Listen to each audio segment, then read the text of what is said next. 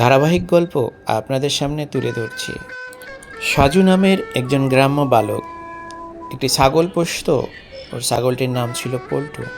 যখন ভাত খাওয়াতো তখন পল্টুকে শুধু তাকিয়ে তাকিয়ে দেখতো।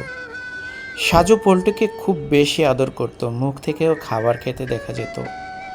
পল্টু কিন্তু বাচ্চাদের খুব পছন্দের ছিল, কারণ ও বাচ্চাদের সাথেই মিশত। ওর সঙ্গী সাথী বলতে সাজু আর কিছু বাচ্চারা ছিল। সাজু অনেক বেশি আদর করত। বাচ্চারা মাঝে মাঝে ওর সাথে খেলতে আসতো। পল্টুও লাফিয়ে লাফিয়ে ওদের সাথে বেশ তাল মিলাতো। পল্টু এতটাই প্রিয় ছিল সাজুর।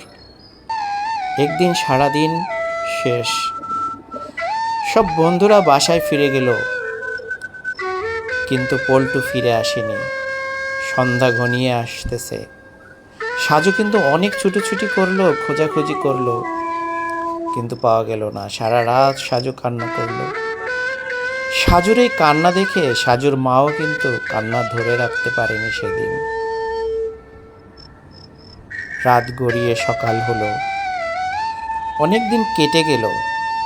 একদিন হঠাৎ সাজু ঘুম থেকে দরজার সামনে গিয়ে দাঁড়াতেই অবাক হয়ে গেল সে।